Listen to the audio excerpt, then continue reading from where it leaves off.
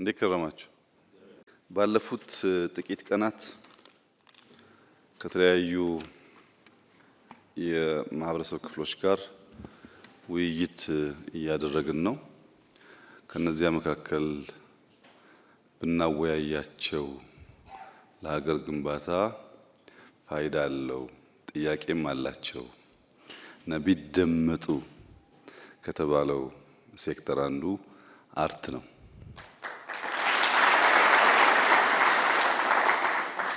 ባለፉት ምናልባት አንድ ሳምንት ሁለት ሳምንት ገደማ በየደረጃው ውይይት ስታደርጉ ቆይታችኋል። ዛሬ ማጠቃለያ ውይይት ይሆናል። አይ ሆፕ ይሄ ውይይት ተገናኝተን ተለያየን እንደማይሆን ተስፋ አደርጋለሁ። የምትደመጡበት የምታደምጡበት እንደሚሆን ተስፋ አደርጋለሁ። በዚሁ ስፕሪት ያላችሁን ጥያቄ፣ አስተያየት ለማዳመጥ ዝግጁ ስለሆንኩ መድረኩን ለእናንተ መስጠት እወዳለሁ። ክቡር ጠቅላይ ሚኒስትር ይህን እድል ስላገኘን እንደ አንድ የኪነ ጥበብ ባለሙያ የሙያ ወገኖቼንም ወክዬ የተሰማንን ልባዊ ደስታ ወይም የተሰማኝን ልባዊ ደስታ መግለጽ እፈልጋለሁ። ይሄ ታላቅ እድል ነው። ስለ ኪነ ጥበብ እዛም በምንወያይበት ሰዓት ይሄ ሙያ አንድ ሀሳብ ያለው ኪነ ጥበብ ሁለት አፍ ያለው ሰይፍ ሳይሆን አንድ አፍ ያለው አንድ አንደበት ያለው ኃይል እንደሆነ በመነጋገር እኛም ከአባቶች ከቀደሙ እናቶች የጥበብ አባቶች የወረስነውን አንድም ስናለማ አንድም ስናጠፋ ዛሬ እዚህ ላይ ደርሰናል። ባጠፋነው ይቅር የሚል ባለማነው ደግሞ እሰይ የሚል ማህበረሰብ ስላለን እኛ የኪነ ጥበብ ሰዎች እንግዲህ በዛሬው ዕለት ደግሞ ይህን እድል አግኝተን ከእርሶ ጋር ለመወያየት ደስ ብሎኛል። አንድ ታላቅ የሀገሬ ጸሐፊ ኪነት ተግባሯ መጋረጃዋን ከፍታ ጸዳሏን ማሳየት ነው ይላል። ይህን የተናገረው ታላቁ ጸሐፊ በዓሉ ግርማ ነው። የኪነ ጥበብ ተግባር መጋረጃዋን ከፍታ ጸዳሏን ማሳየት ነው። ይህ ማለት ተግባሯ አንድና አንድ ነው። ጸዳል ብርሃን ነው። ብርሃን ደግሞ በውስጡ ብዙ ኤሌመንት አለው። በሌላ ገጽ ላይ ይሄ ጸሐፊ ምን ይላል? በዓሉ ግርማ የኪነት ሰዎች መገንባት ሲያቅታቸው ማፍረስ ይጀምራሉ ይላል። እንግዲህ ዛሬ እዚህ የተሰበሰብነው ሰዎች ጥያቄያችንን ይዘን ስንቀርብ ኪነ ጥበብ ሁለት አፍ ያላት ሰይፍ ሳትሆን አንድ አፍ ያላት፣ መገንባት ካልቻለች የአፏን የሚያፈርሰው ከአንድ አፍ ሁለት መራራም ጣፋጭም ሊወጣ ስለማይችል እኛ የኪነ ጥበብ ሰዎች መጋረጃችንን ከፍተን ጸዳሏን የምናሳይበት ዘመን እንዲሆንልን እመኛለሁ። ስለጠሩን ስለጋበዙ እናመሰግናለን። ጥያቄዎቻችንን እናቀርባለን። እንደዚህ ከጫፍ እስከ ጫፍ ያለ የኪነ ጥበብ ባለሙያ በአንድ ጣራ ስር ተሰብስበን እየመከርን በፍቅር ለእርሶ ያለንን ጥያቄ እንድናቀርብ እድል ላመቻቸልን ለጠቅላይ ሚኒስትር ጽሕፈት ቤት እጅግ አድርገን በጣም አድርገን እናመሰግናለን።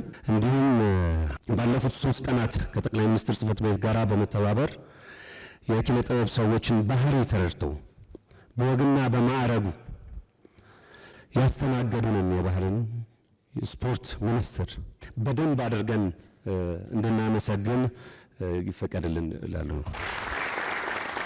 እኔ የማቀርበው ያለፉት 3 ቀናት በተደረጉ ውይይቶች አንድ ላይ አድርገን በመሰነድ ፍሬ ሀሳቦቹን በንባብ አድርገን አዘጋጅተን ሁሉም ሰው ሀሳብ የሆነውን ሀሳብ ነው። መንግስት በተግባሮቹ ሁሉ ስነ ውበታዊ ርቀትን መገለጫው በማድረጉ ለፈጠራዊ ኢንዱስትሪ መፍትሄ የሚገኝበት ጊዜው አሁን ነው እንድንል አስችሎናል።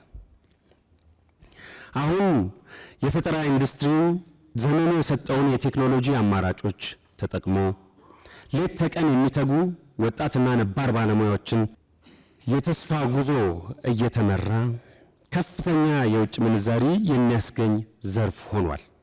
የማህበረሰቡን አንድነት፣ ክብር፣ የሀገርን ሉዓላዊነት የሚያስጠብቅ በዓለም ደረጃ የሚኖረንን የሶፍት ፓወር በመገንባት የሀገርን ሳይኮሎጂካል ሶቨርኒቲ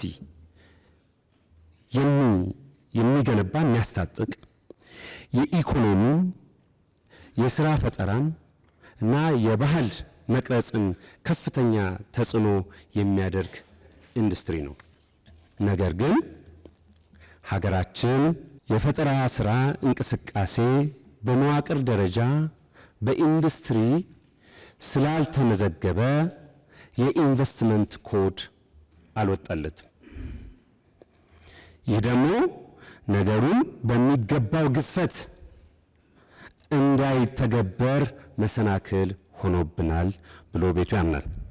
ስለዚህ የህግ ማዕቀፍ ማሻሻያ፣ የግብር የሚከፈልበት መንገድ፣ የጉምሩክ ቀረጥ ፈንድ የሚሰባሰብበት መንገድ እንዲዘጋጅ ስንል እንጠይቃለን። የሀገራችን የኪነ ጥበብ ህግ በጊዜው ያልታደሰና በዘመኑ ለህግ መነሻ ተደርገው የተወሰዱት ነጥቦች ከአሁኑ ዘመን ጋር የተለየ መርሆ እንዳላቸው ታሳቢ በማድረግ መዝናኛ ኢንዱስትሪ ከኢምፖርትድ ከሆኑ የመጠጥ የሲጋራ መካከል ከማይበረታቱ ዘርፎች ውስጥ ተመድቦ ቆይቷል። ይህንን ግንዛቤ ውስጥ አስገብቶ ከዘመዶቹ ከቱሪዝም ጋር ተካክሎ የሚበረታቱ የሚል ማዕቀፍ ውስጥ እንዲገባ ስንል እንጠይቃለን። ዓለም አቀፋዊ የሆነው ውድድር እና የኢንዱስትሪው ታዳጊነት በማገናዘብ ባለሙያና ባለሀብቶች ተበረታተው የማያዳግም እድገት ውስጥ እንዲገቡ እንደ ታክስ ሪሊፍ ያሉ የማበረታቻ ስርዓቶች ቢበጅለት፣ የሙያ ዘርፎች የራሳቸውን ባህሪ በመረዳት ተገቢ የሆነ የታክስ አፈጻጸም ስርዓት በጋራ ተወያይተን የምናበጅበትን መንገድ ቢስተካከል የሚል ጥያቄ አለን።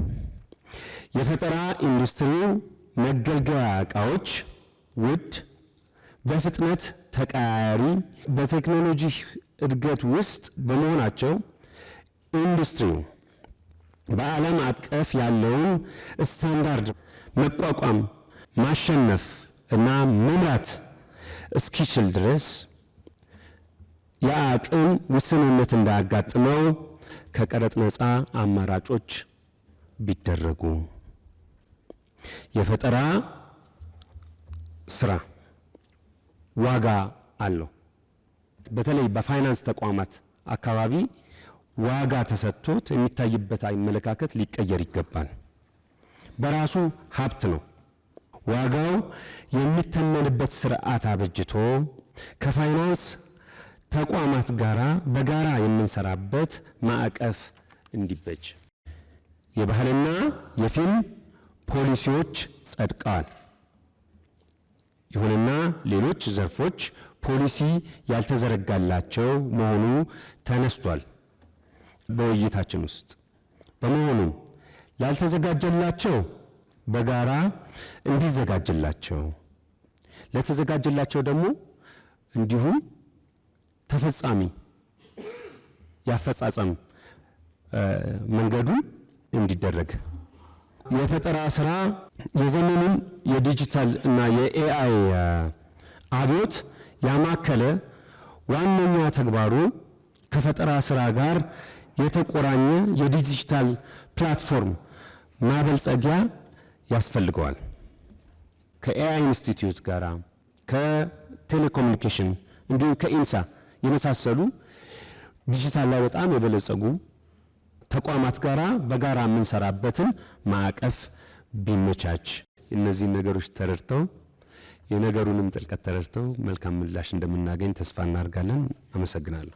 ክቡርነቶ፣ በቅድሚያ መመካከር ከሁሉም ነገር ይበልጣል በሚለው የማይለወጥ እሳቤውና ተግባራዊ ቁርጠኝነቶ ለኢትዮጵያ ዋልታና ምሰሶ የሆኑ የተለያዩ የሙያ ዘርፎች መኖራቸው ቢታወቅም ሙያችን በሀገርና ሕዝብ ጉዳዮች ላይ የሚኖረው አስፈላጊ ሚና ግንዛቤ ሰጥተው ለመመካከር ስለጋበዙን እንደ ጥበብ ማህበረሰብ ደግሞ ለሁለተኛ ጊዜ የዚህ ዕድል ተግባራዊ ተጠቃሚዎች ስለሆንን በራሴና በወከሉኝ አንጋፋ ዕውቅ የጥበብ ባለሙያዎች ስም ምስጋናዬን አቀርባለሁ።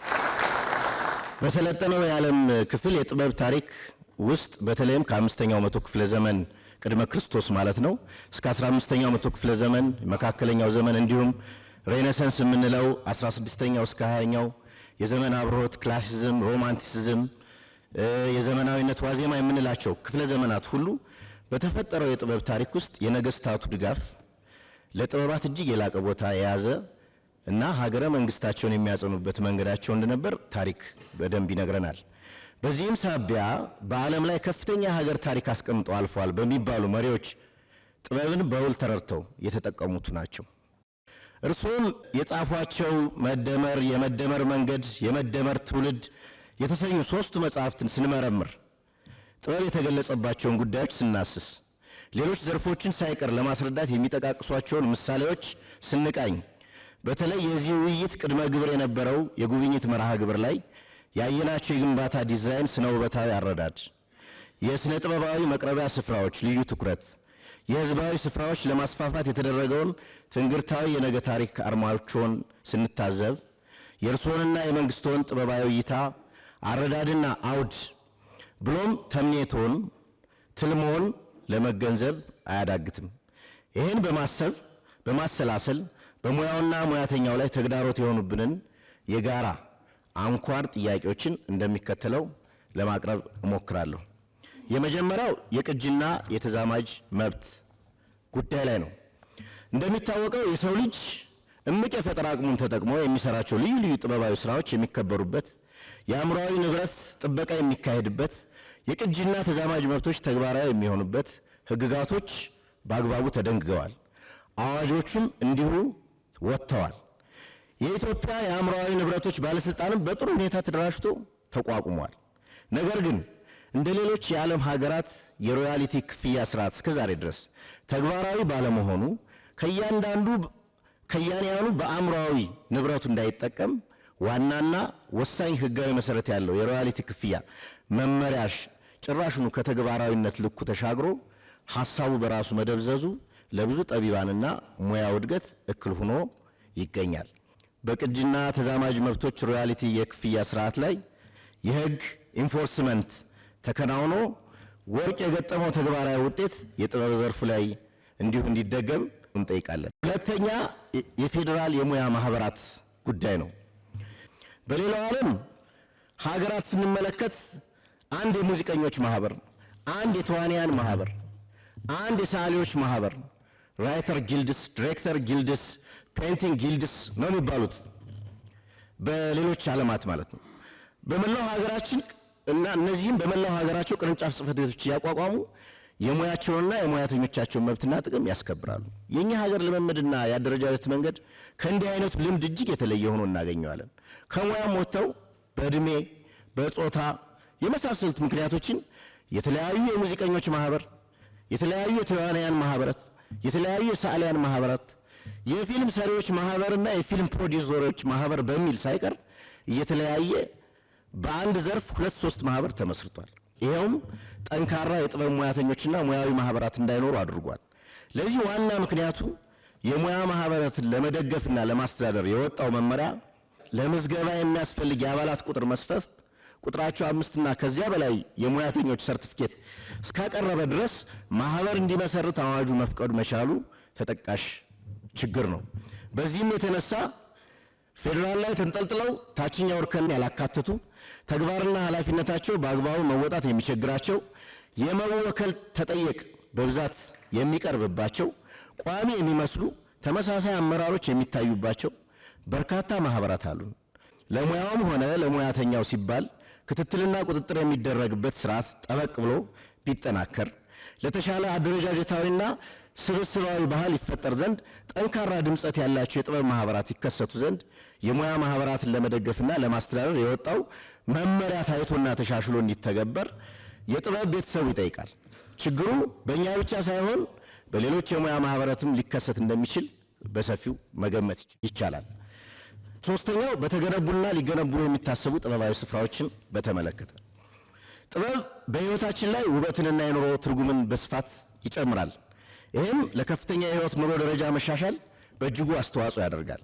ይህን ግምት ያደረገ በአዳዲሶቹ ፕሮጀክት ውስጥ ውብ የጥበብ መድረኮችን ይሁነኝ ተብሎ ታስቦ በመሰራቱ በወዳጅነት ፓርክ፣ አድዋ መታሰቢያ ሙዚየም፣ በእንጦጦ ፓርክ፣ ኮይሻ፣ ጎርጎራ፣ ሀለላ ኬላ ወዘተ በእነዚህ ሁሉ ለተደረገው ትኩረት የጥበብ ባለሙያው በሙሉ በእጅጉ እንኮራለን፣ ምስጋናም እናቀርባለን።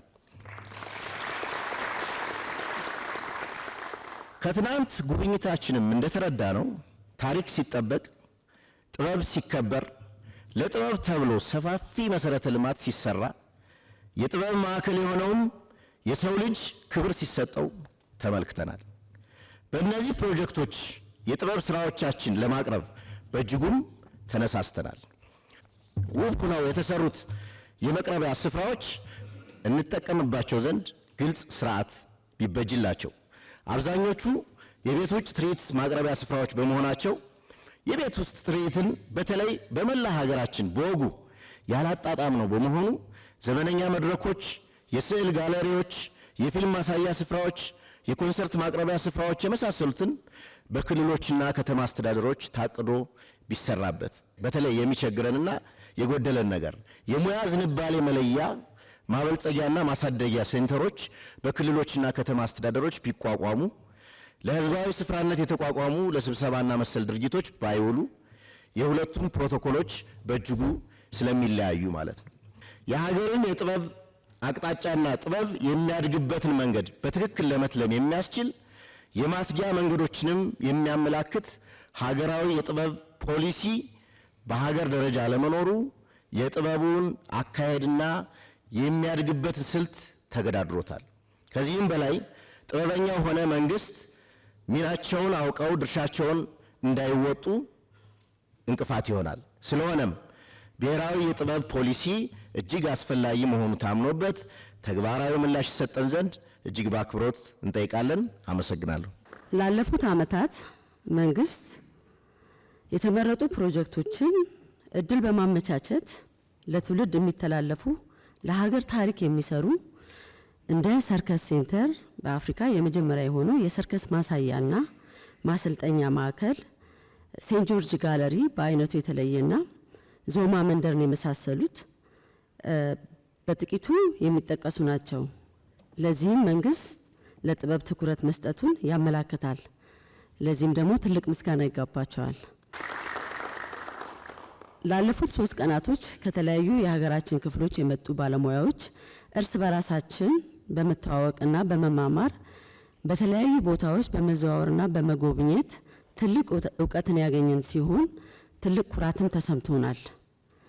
ይህንን እድል አመቻቸው መንግስትና ለባህልና ስፖርት ሚኒስቴር ልባዊ ምስጋና እናቀርባለን። ሀገራችን ኢትዮጵያ ብዝሃነት የሚታይባት ውብ ባህልና ጥበብ ያላት ሀገር ናት።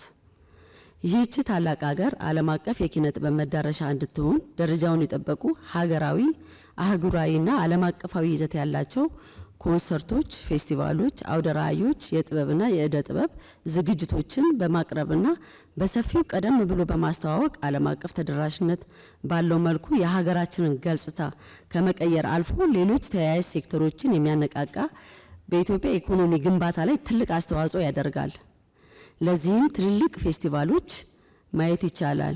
ለምሳሌ ወማድ የሙዚቃ ፌስቲቫል እንግሊዝ ሀገር የሚገኘው ከ600 ሺህ በላይ የውጭ ሀገር ዜጎች አቴንድ የሚያደርጉት፣ አደላይድ ኢንተርናሽናል ሰርከስ ፌስቲቫል አውስትራሊያ ላይ የሚገኘው ነው።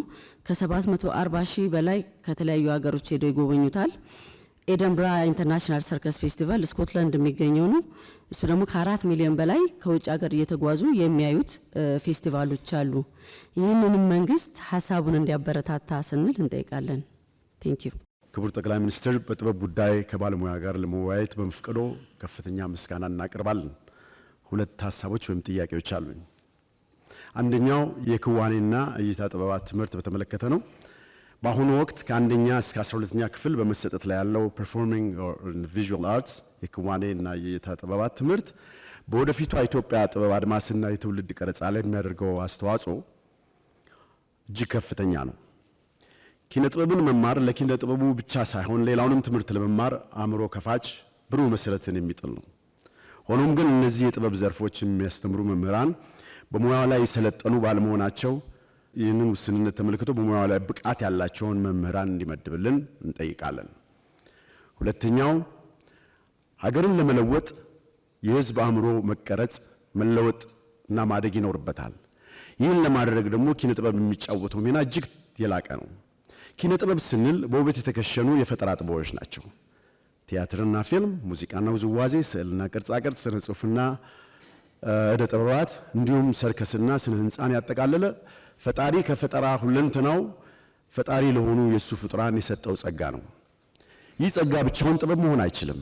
የባለሙያውን የዕለት ዕለት ትጋት የሙያ ስነ ምግባር ከትዕግስት ጋር ሊያዳብረው ይገባል።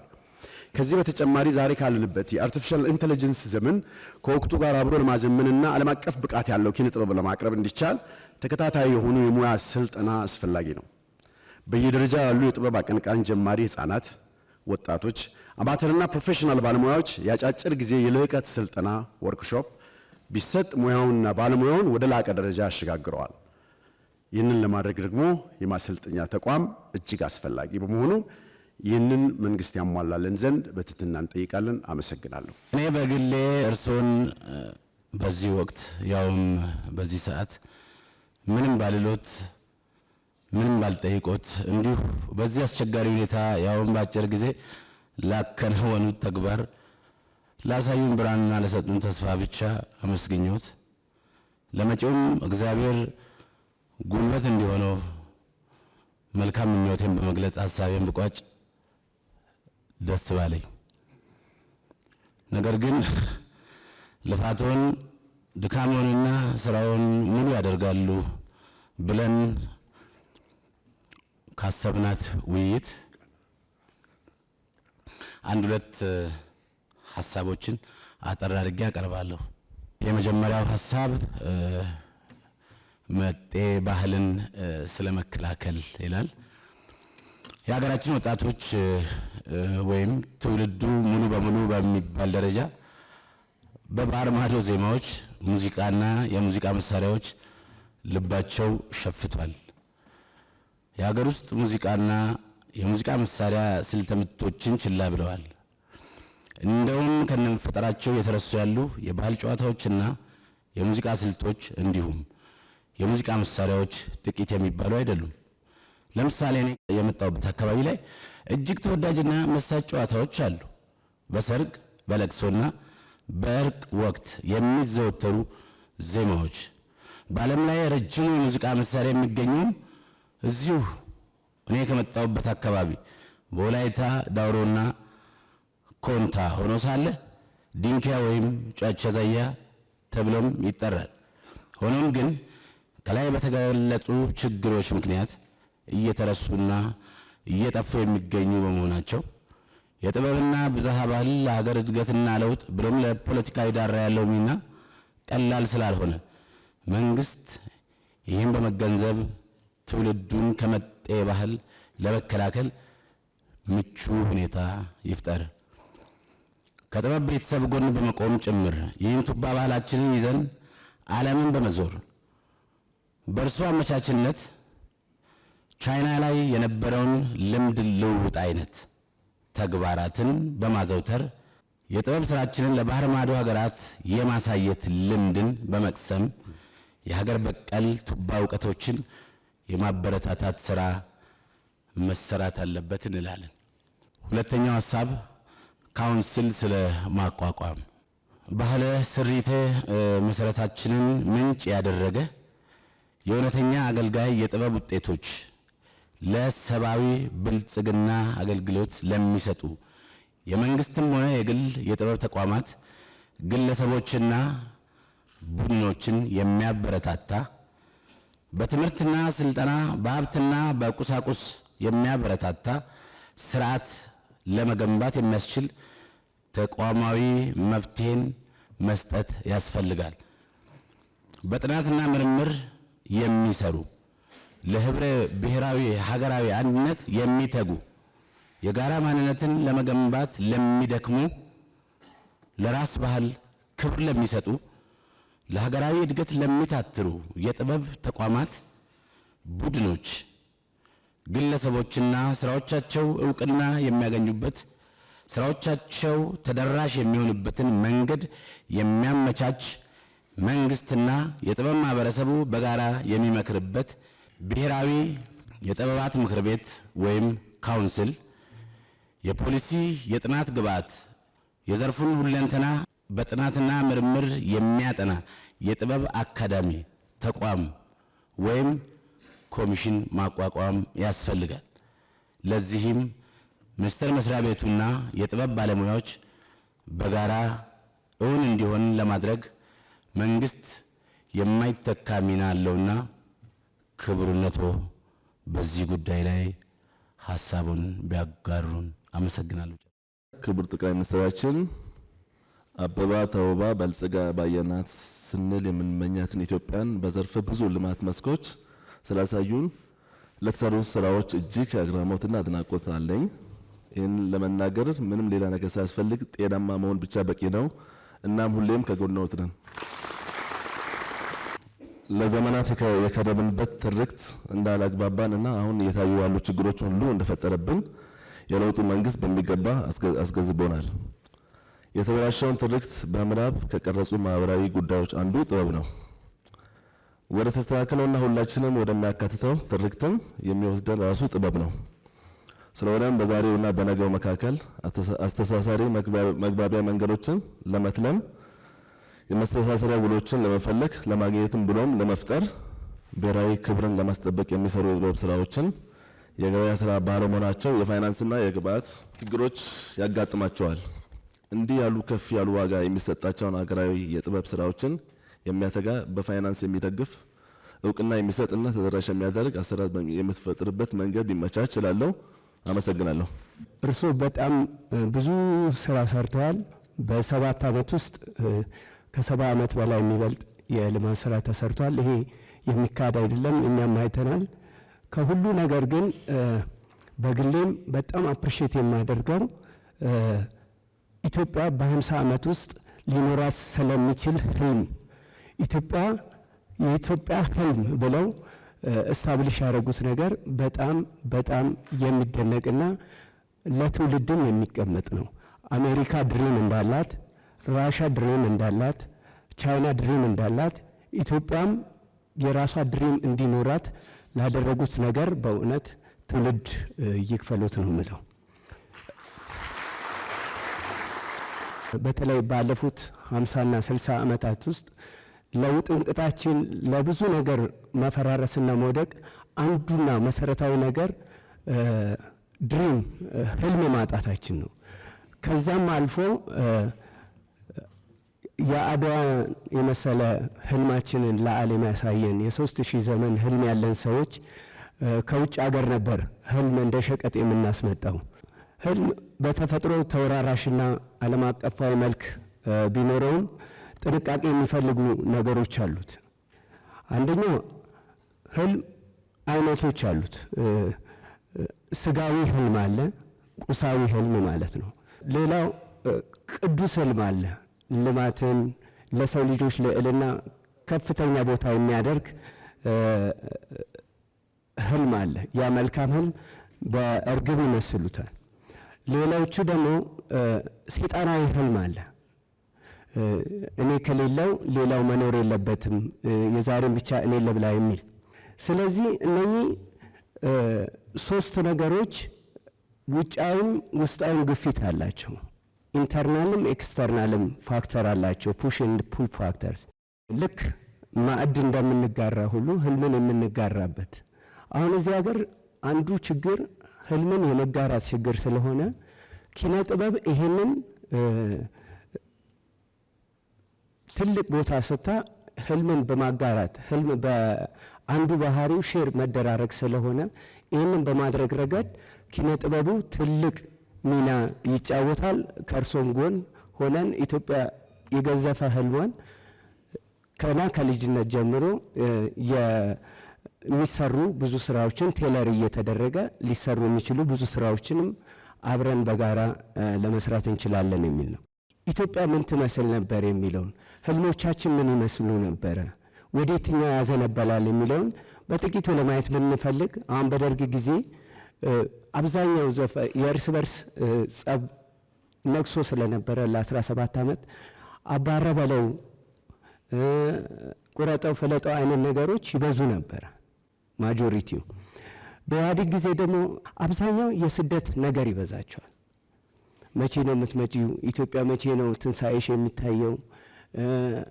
እንገናኛለን፣ ተስፋ አልቆርጥም፣ ጥላኝ ሄደች የሚሉ ነገሮች አሉ። ይሄ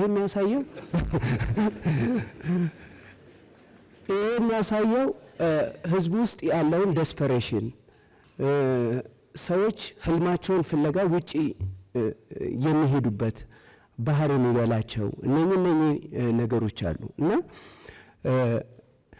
አሁን ከለውጡ በኋላ ያለው ነገር ምን ይመስላል? ከለውጡ በኋላ ምን ብናደርግ ደግሞ የበለጠ ያው ታሪክ ሲሰራ ሳይታወቅ ነው እንግዲህ እኛም የታሪኩ አካል ሆነን ይኸው በእርሶ ፊት ቆመናልና ምን እናድርግ ሲባል አሁን እኔ የሚታየኝ ልማቶቹንም ሁሉ ነገር ስመለከት የሚታየኝ ተስፋ ነው። ተስፋ አለ። ህልም ካለ ምን ጊዜም ተስፋ አለ። የአንድ የኪነ ጥበብ ስራ ደግሞ ዋና ግቡ ይህንን ህልም በሰዎች ውስጥ ይህን ተስፋ መዝራት ነው። በዚህም ረገድ ከጎኑ ነን። አሁን መንግስት አሰባሳቢ ትርክት ለመፍጠር እንደ አንድ ትልቅ ዘውግ ይዞ እየሰራ ይገኛል ነው። በትርክታችን ምክንያት ስለሆነ እየተባላ ነው ያለ ነው። ስለዚህ በዚህ ሚና ውስጥ የኛም የኪነ ጥበብ ድርሻ በጣም የጎላና በእውነት ትልቅ ሚና የሚጫወት ይሆናል ብዬ አስባለሁ። ለዚህም ደግሞ ይሄው 53,000 ሰው ነው የሰማሁት በውይይታችን ላይ ብዙ የኪነ ጥበብ ስራዎች ከታች ጀምሮ ሲወያዩ የመጣ ጉዳይ ስለሆነ ይሄ ጅምሩ ይታያል። ኢትዮጵያ ህልሟ ከ50 ዓመት በኋላ ምን ይሆናል የሚለውን የዛኔ ሲነገር እንደሰማሁት የኢትዮጵያ ህልም ተብሎ የተቀመጠው በአፍሪካ ግዙፍ ኢኮኖሚ የምታንቀሳቀስ ተጽዕኖ ፈጣሪ የሆነች ሀገር ትሆናለች ተብሎ ነው የተቀመጠው። እንግዲህ የአንድ ሀገር የኪነ ጥበብ ህልምም የሚቀዳው ከሀገሪቱ ህልም ላይ ነው። ስለዚህ በአፍሪካ ግዙፍ ኢኮኖሚን የሚያንቀሳቅስ በአፍሪካ ብሎም በዓለም አቀፍ ደረጃ ተጽዕኖ ፈጣሪ የሚሆን አርት ይኖረናል የሚል አርቲስቶች ይሄ ግምት አለን። ለዚህ ደግሞ እንግዲህ እዚህ ውስጥ 3 መሰረታዊ ነገሮች ተቀምጧል። ግዙፍ ኢኮኖሚ የሚለው ነገር አለ። የኢኮኖሚ ሪፎርሙ ጋራ የኛም ሚና አንድ ላይ ቢያያዝልን። ሌላ አፍሪካና ዓለም አቀፋዊነት የሚል ነገር አለ። ከዚህ ጋር ደግሞ በዲፕሎማሲ የመጣው ሪፎርምና የተገኘ ውጤት አለ። እሱን ደግሞ የበለጠ ኪነ ጥበቡ ሊያጎላ የሚችልበት መድረክ ይኖራል። ሌላው ተጽዕኖ ፈጣሪ ነው። ተጽዕኖ ዝም ብሎ የሚመጣ ጉዳይ አይደለም። ከመንግስትና ከህዝብ ጋር እጅና ጓንት ሆኖ መስራት ያስፈልጋል። በእውነት ዛሬ ሰብስበውን ታግሰው ካሉት ውድ ጊዜ ውስጥ ለእኛ ሰጥተው ይህንን ላሳዩልን ነገር ክብረት ይስጥልኝ፣ እድሜና ጸጋ ይስጥልኝ። አመሰግናለሁ። ለእኛ ትኩረት አድርገው ስላዋዩን እግዚአብሔር ያክብሮት፣ እድሜና ጤንነት ይስጦት። በቅድሚያ አሁን ያለው ትውልድ እድለኛም ነው፣ ባለ ታሪክም ነው፣ የታሪክ ባለቤትም ነው። ምክንያቱም አባቶቻችን ጦር ሰብገው በጋሻ መክተው የመጣብንን የውጭ ጠላት ኪነ ጥበብ ቀድማ ድል አድርገው የድል ብስራትን ሰጥተውናል። በህይወት ያለው ህዝብ ባለ ታሪክ ነው፣ የታሪክ ባለቤት ነው፣ ሊኮራ ይገባዋል ነው የምለው። ሁለተኛው ወደ ባህር በር ጥያቄ ስንመጣ ያለንን የነበረንን በታሪክ አጋጣሚ የወሰዱብንን የራሳችንን ነው የምንጠይቀው። አሁን እኛ ይሄ የእርሶ ጥያቄ የኢትዮጵያ ጥያቄ ቢሆንም ከኪነ ጥበቡ አንጻር ደግሞ ምን ማድረግ ይኖርብናል? ሁለተኛ ታሪክን መስራት ይኖርብናል። ሂስትሪ ለልጆቻችን የምናወርሰው ነው። ይሄ ለቀጣይ የእርሶ ህልም አዲስ ትውልድ መፍጠር፣ ለልጆቻችን ምቹና ጽዱ የተመቻቸ መፍጠር፣ ማስተማር፣ ታሪክን ማውረስ ነው። ከኪነ ጥበባችን እኛ ከራሳችን ስራ ስንነሳ ይህ ትልቅ የቤት ስራ ነው። ይህን ትልቅ ቤት ስራ በተለያየ መልኩ በራሱ ፊልድ ይህን ነገር ማንጸባረቅ፣ ህዝቡ ላይ ለህዝቡ ጆሮ ማድረስ፣ ህዝብና መንግስትን ማገናኘት ትልቅ የስራ ድርሻ ይኖርብናልና ይህንንም በዚያ አጋጣሚ እኛም ቀን ልንገባ ኪነ ጥበቡም ሊሰራበት ይገባልና አመሰግናለሁ። በእውነት ማመሰግኖት ለኪነቱ ቅርብ የሆኑ አመራር መሪ ስለሆኑ ትልቅ እድል አለን። ይህን እድል ተጠቅመንበት አንድ ደረጃ ከፍ ማድረግ እንችላለን። ምንድነው በኢንተርናሽናል ሌቭል ፌስቲቫሎች ትልቅ አድቫንቴጅ አላቸው ቱሪዝም ለመሳብ። እኔ ለምሳሌ በቺካጎ በነበረኝ ኤክስፒሪየንስ የዛሬ 28 ዓመት ቴስት ኦፍ ቺካጎ የሚባል ፌስቲቫል ተጀመረ። እዛ ላይ ፓርቲሲፔት አድርጌ ነበረ። ዛሬ እስከ 400 ሚሊዮን ያስገባል በ4 ቀን ውስጥ ያ ፌስቲቫል ከ20 ምናምን ዓመት በኋላ ከመላው አሜሪካ ነው የሚመጣው ሰው ለ4 ቀን እና ጃሜይካም እንደዚሁ ኤክስፒሪየንስ ነበረኝ ከቦብ ማርሌ ፋሚሊ ጋር በመስራት እዛም ቱሪዝሙ ከመቶዎች ሚሊዮኖች ውስጥ ወደ ቢሊዮኖች እንዲገባ ያደርገው ይሄው የሬጌ ሙዚቃ ባለው ፌስቲቫሎች ነው። 3-4 ፌስቲቫሎች አሉ አመት ውስጥ እና እኛም ሀገር አይ ቲንክ ብዙ ኮኔክሽን አለን። በጃዝም ታሪካችን የተያያዘ ነው፣ ብሉዝም፣ በሬጌ ደግሞ የበለጠ ዓለም ዙሪያ ያለው ግንኙነት ኢትዮጵያን የማይገልጽ የሬጌ አልበም የለም። ይህን ግን እኛ ከሀገር ደረጃ አልተጠቀምንበትም። ይህን ለማድረግ ፌስቲቫሎቹ በሚዘጋጁበት ጊዜ የመንግስት ድጋፍ የግድ ይፈልጋል። ትልቅ ኤክስፔንዲቸር ነው። ብር ማውጣት ለማለት ሳይሆን ያን ድጋፍ ካላገኘ ባለሀብቱ ብቻ ሊዘልቅ አይችልም። ይሄ ነገር ቱሪዝሙንም ከፍ ያደርገዋል በትልቁ እና ይሄ ነገር ቢታሰብበት ጥሩ ነው። ፌስቲቫሎቹ ሁሉን ነገር ሊጠቀልሉ ይችላሉ። ሙዚቃ፣ አርት፣ የባህሉን ሁሉንም ነገር አንድ ላይ ተደርጎ ሊዘጋጅ ይችላል። ያለንበትም ፖዚሽን አየራችን ጥሩ ነው። ሙሉ አመቱን ለማዘጋጀት ይቻላል። ሴንተር ኦፍ ዘ ወርልድ ነው ያለነው። ከዓለም ዙሪያ ሊመጡልን ይችላሉ። ይህን ለመግለጽ ብዬ ነው። አመሰግናለሁ። በመጀመሪያ ይህንን እድል ስለሰጡን ክቡር ጠቅላይ ሚኒስትራችን በተከበረው ህዝባችን ስም የተሰማኝን ታላቅ ደስታ ለመግለጽ እወዳለሁኝ። በሀገር ደረጃ ያለው የበጀት ምደባ ለኪነ ጥበብና ለስነ ጥበብ ምርቶች የተለየ የማትጊያ ስርዓት ያለው አይደለም። በተጨማሪም በመንግስት ተቋማት ስር ተቀጣሪ ሆነው የመንግስትን ፖሊሲና ስትራቴጂዎችን በኪነ ጥበብ በስነ ስዕል መግለጽ ተቀዳሚ ተግባራቸው ሆኖ ሳለ ከደሞዛቸው እንደ ደሞዛቸው መጠን የሥራ ግብር ፍሬና የጡረታ አበል በፐርሰንት የሚቆረጥ መሆኑ ይታወቃል። ይህ በእንዲህ እንዳለ በተጨማሪም ከድርሰት ከዝግጅትና ከተዋንያን 30% በተጨማሪ እሴት ታክስ ይቆረጣል። ይሁንና የሮያሊቲ ታክስ የሚባል የፈጠራ ስራን ብቻ የሚመለከት 5% አለ።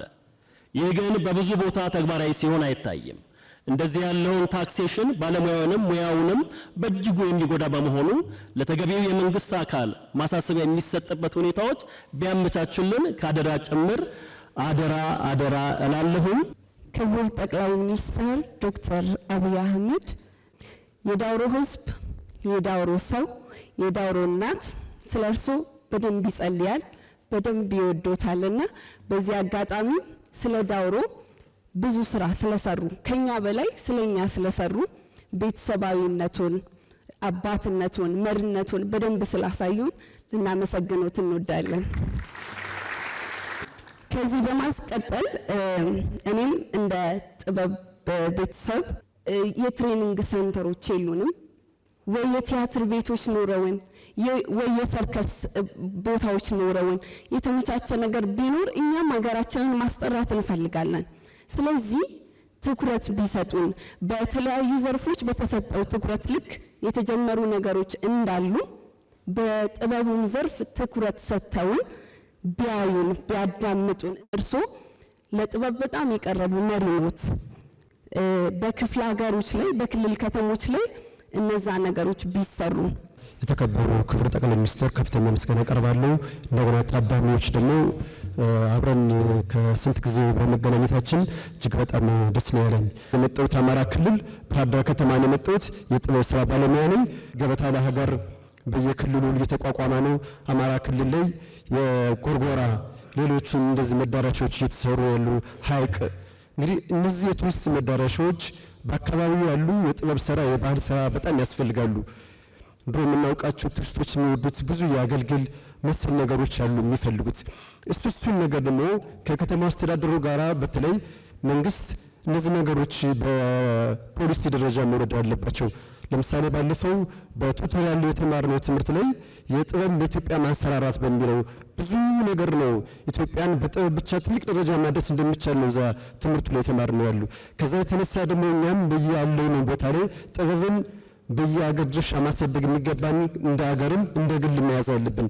ለምሳሌ መንግስት እንደ ኢንቨስትመንት ተብሎ በብዙ ቦታ ላይ የብረታ ብረት ኢንዱስትሪ ሁሉ እንደሚዳብረው ጥበብ ደግሞ እንደዛ የሚዳብርበት ነገር መፈጠር አለበት። ሚኒስቴር ኢትዮጵያ ዶክተር አብይ አህመድ ሌሮት ጃለላ አርቲስቶታ ሁንዳው አራውልን ቀብደኒ ፉለ ኸይሰን ድረቲ ኑመሪዎቺ ሁሱ ኸይሰን ገለኒ ኸይሰን ጉዳዳ ዱራን ዱርሴ አኒ ሞቱማ በዳኒና ዋን እኒ ሁጀቴ ገለቶንፈቱን በርባዳ kan kaleessa daawwachaadhaa turre kanarraa aansee biyyi kuni amata torba dura nuti keessa turre amata torbanii asitti piyaasaa kana hunda biyya kana qushaasha kana xaragdanii jannata fakkeessitanii akkasumatti mootummaa badhaadhinaa jechuun saaqaa dukkana gabrummaa jechuudha dhugaa kootitti. akkasuma mootummaa badhaadhinaa jechuun walqixxee isaa mirga sabaa sablammummaa jechuun isaa qaceeleetiin arge. akkasumatti mootummaa badhaadhinaa jechuun daandii ibsaa karaa walabummaa jechuudha. gonfachiisaa sabaa sablammii hundaa mirga abbaa biyyummaa kan ta'e galanni mootummaa badhaadhinaa waa hundarra dhugaatu nama gammachiisa. jirii bilisummaa qananiisaa mirga abbaa biyyummaa gonfachiisaa maalayyaa Itoophiyaadhaa Afrikaa gudduu tanaahu dhugaa rabbii dubbachuu hiyyaaf kabajamuu manni ministeera Itoophiyaatu tarkaanfachiisa jennee itti amannee ammaas ijaanis agarree nuti amata torban kana muddii hidhannee dhugattuuhu akka gaariidhatti mootummaa keenya kana wajjin hojjennees jirraasi ammaasii nuti biyya kana tarkaanfachiisuudhaaf warra ammaan tana gartee kaayoo keenya kana gufachiisuudhaaf olola hafarsu kanaas irra bobbaanee dandeettii teenyaan mootummaa cinaa dhaabbannee ummata keenya jajjabeessuu sabaa sablammootaas jaalalaan tokkoomsuu olola diinni keenya gartee gabrummaa duratti irra tarkaanfannee san nurra deebisuudhaaf gartee huttifatu kana fashaleessuudhaaf arraas boruus simmaddiidha jirraa galanni keessan guddaadha umrii nu dheeradhaadha kabajaa ulfina argadhaadha gaaddisa qananii tahaadha aduu samiirraa iftu tahaadha nu boonsiftanii galatoomaa isinii jedha. ኪነ ጥበብን የሚያውቅ የሚረዳ መሪ ማግኘታችን እድለኞች ነን። ይህ ደግሞ የመደመር መጽሐፍ እኛ እንደምንጽፈው ዝም ብሎ መጽሐፍ አይደለም። ኢትዮጵያን ለማበልጸግ መንገድ የሆነ ርዕዮተ ዓለም ነው። በዚህ ርዕዮት ደግሞ ኪነ ጥበብ ትልቁን ድርሻ እንዲወጣ መንገድ ሆኖ መቀመጡ በጣም ትኩረት መሰጠቱን የሚያሳይ ስለሆነ በድጋሚ አመሰግኖታለሁ። ኪነ ጥበብ ያለው አደረጃጀት እንደ ሀገር ዝብርቅርቅ ያለ ነው። ሲጀምር ባህልና ስፖርት አለ ሚኒስቴር ላይ፣ ባህልና ቱሪዝም የሚባል ሌላ ክልል ላይ ይኖራል። ሌላ ክልል ላይ ኪነ ጥበብ ባህልና ኪነ ጥበብ ይላል። እየወረደ ሲሄድ ደግሞ አንዱ የዩኒቨርሲቲ ነው፣ አንዱ በቦርድ ነው የሚተዳደረው፣ አንዱ በቱሪዝም ስር ነውና እነዚህ ዝብርቅርቅ ያሉ አደረጃጀቶች በተገቢው ለሀገር ማበረከት ያለበትን ኪነ ጥበቡ እንዳያበረከት የራሱ የሆነ አሉታዊ አስተዋጽኦ ስለሚኖረው ከዚህ አንፃር በተገቢው ታይቶ ውጤት ማምጣት የምንችልበት ነገር አደረጃጀቱ ቢሰራ። ሌላው ትርክት ላይ የወል ትርክትን ለመገንባት ኪነ ጥበብ ሙያን በዚህ ላይ መስራት እንዳለበት የመንግስት ኢኒሼቲቭ እንደሆነ እያየነው ነው አሁን ቅርብ ጊዜ ወዲህ ማለት ነው። ግን ወደ ተግባር ስንገባ ትርክቶች አሁን በየአካባቢያችን ያሉ ትርክቶች የተራራቁ ጠርዝና ጠርዝ ጫፍ ላይ ያሉ ናቸው። ያንዳችን ጀግና ያንዳችን ገዳይ የሆነበት ያንዳችን ምናከብረው አንዳችን ምናረክሰው ያለበት ስለሆነ ኪነ ጥበብ አንዱን አንስቶ ቢሄድ የሚገነባውን ያክል ደግሞ የሚያፈርስበት ሁኔታ እንዳይመጣ ስልጠናዎች ያስፈልጋሉ። ወደ መሃል የፓርቲውን ሴንተሪዝም ባህሪ ተለልቶ እነዚህ ልዩነቶችንም ወደ አንድ ማምጣት የምንችልባቸው ነገሮች ካልመጡ በስተቀር ኪነ ጥበቡ በልማት አድ ማድረግ ያለበትን ከመጨመር ይልቅ በተቃራኒው ሊሆን እንዳይችል እሱ ላይ መሰራት ያለበት ቢሰራ መልካም ነው። ያው ሰው መደመር መጽሐፎ ላይ ብዙ ነገር ብሏል። በተለይ ስለ ኪነ ጥበብ የመደመር ትውልድ ዋነኛ ባህሪው ጥበበኝነት ነው ብለው ነው የገቡት። ይሄ ዘርፍ ደግሞ የምናምና የስሜት ምግብ ነው ብለው ይገልጹታል። ሰው በሀገራችን ብዙ ኢኒሼቲቮች አሉ በእርሰው አማካኝነት የመጡ ለምሳሌ ለሆዳችን የሚሆን የሌማት ትሩፋት አለ፣ የበጋ ስንዴ አለ።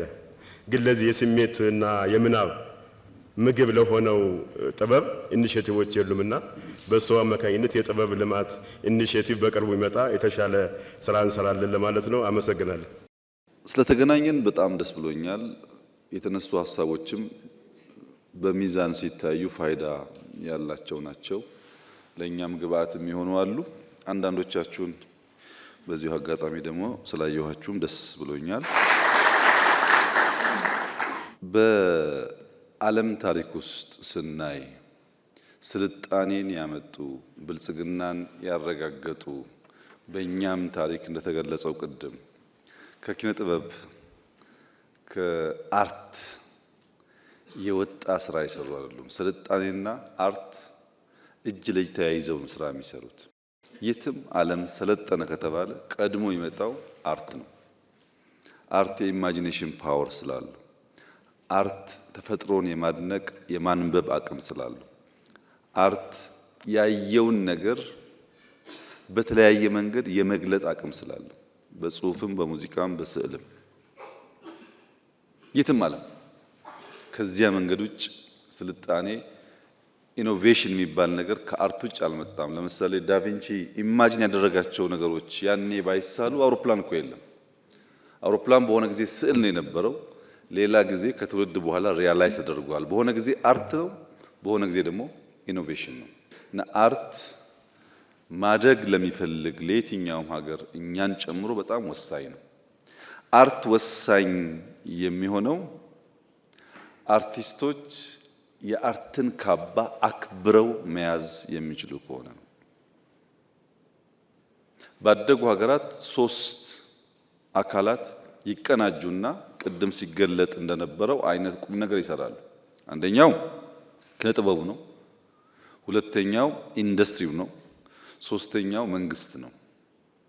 ኪነ ጥበቡ ሀሳብ ያፈልቃል፣ አኗኗር፣ አመጋገብ፣ አለባበስ በርካታ ጉዳዮችን በተለያየ መንገድ ይገልጣል። ኢንዱስትሪው ደግሞ ይከተላል፣ ያመርታል። ያመርትና መልሶ ደግሞ አርት ያ የተመረተው ጉዳይ እንዲሸጥ፣ ሰዎች እንዲጠቀሙበት፣ እንዲገለገሉበት ያደርጋል። በዚህ ጊዜ መንግስት ንግድ ስለሚሳለጥ ገንዘብ ያገኛል፣ አውድ ያመቻቻል፣ ህግ ያስከብራል። እነዚህ ሶስት ፓርትነርስ ተስማምተው በሰሩባቸው ሀገራት ቅድም እንደገለጻችሁት አይነት ቁም ነገር ተሰርቷል። አንዳንዴ አርት ብቻውን፣ አንዳንዴ መንግስት ብቻውን፣ አንዳንዴ ኢንዱስትሪ ብቻውን ከሆነ ሙሉ አይሆንም። ባደጉና ባላደጉ ሀገራት መካከል ያለው መሰረታዊ ልዩነት ያደጉ ሀገራት አርቱ፣ ኢንዱስትሪውና መንግስት ተናበው በገንዘብም በስትራቴጂም በአሰራር ስርዓትም ለሀገራቸው ጥቅም ይቆማሉ። ያላደግን ሀገራት ደግሞ ሳይከፈለን ትብብር ሳንጠየቅ የነሱን ገበያ በማፋፋም እንደክማለን። ለምሳሌ ኢትዮጵያ ውስጥ በጣም በርካታ ኢንፍሉዌንሰር የሚባሉ ሰዎች አሉ።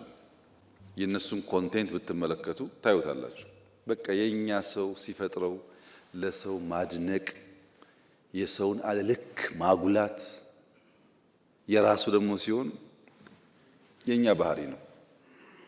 በዚያ ምክንያት ስብራት ያጋጥመናል። የድህነት ስብራት ይሄ ነው። በራስ መተማመን፣ ራስን ማክበር፣ የራስን መውደድ ሳይሆን የሌላ ማድነቅ ይጠናወተናል። ይሄንን ስብራት እንድጠግን ነው ውይይት ያስፈልገው። እረ በቃን፣ ስለ ሰው ብዙ ማድነቅና መናገር ይብቃን። ከሰው መማር ያስፈልጋል። ነገር ግን እኛ ውስጥ ያለው ሀብት ያን ያክል የሚራከስ የሚጣጣል ሆኖ አይደለም። የሚጎል ነገር አለ። ያ የሚጎለውን ነገር ለመሙላት በተወሰነ ደረጃ የአርቱ ማህበረሰብ፣ መንግስት ተግባብተው አንድ ሀሳብ ይዘው የዚህን ሀገር ብልጽግና የልጆቻችን እጣ ፈንታን በመስራት ላይ አብረን እንቁም ነው። የውይይቱ ዋነኛ ዓላማ ይሄ ነው። ከኛ አንጻር ምን እያደረግን ነበር የሚለውን በጥቂት ለማንሳት በመጀመሪያ አርት የመድረክ ማድመቂያ ማሟሟቂያ ነው የሚል እምነት መንግስት የለውም። እንደዛ አይደለም አርትን የምናየው። እናንተም በስፋት ገልጻችኋል። አርቱ ካልተጠናከረ በቀር ብልጽግና የሚባለው ጉዳይ ኢትዮጵያ ውስጥ ሊመጣ እንደማይችል ምንም ጥርጥር የለውም። አርት በጣም ከፍተኛ ሚና ነው ያለው። ለአንድ ሀገር ጎልቶ አብቦ አድጎ ለመታየት እንዲበቃ የማይተካ ሚና ነው ያለው። የጋራ ትርክትን ገንባ የሚል መንግስት አርትን የማይጠቀም ከሆነ፣ ለብልጽግና መሰረት እንጣል የሚል መንግስት አርትን የማይጠቀም ከሆነ ህልም ብቻ ነው የሚሆነው፣ አይሳካም። እንዲሳካልን ካስፈለገ መናበብ ያስፈልጋል። የዛሬ 6 ዓመት ተኩል ገደማ እዚህ አዳራሽ ሳወያያችሁ አንደኛ ወንበሩ ቀይ ነበር፣ መጋረጃው ቀይ ነበር፣ ፊት ወደዛ ይዞረ ነበር። ትዝ ይላችሁ ከሆነ አሁን እኮ አርት ነው የራሱ። ሌላ ቦታ መሄድ ያስፈልጋችሁ።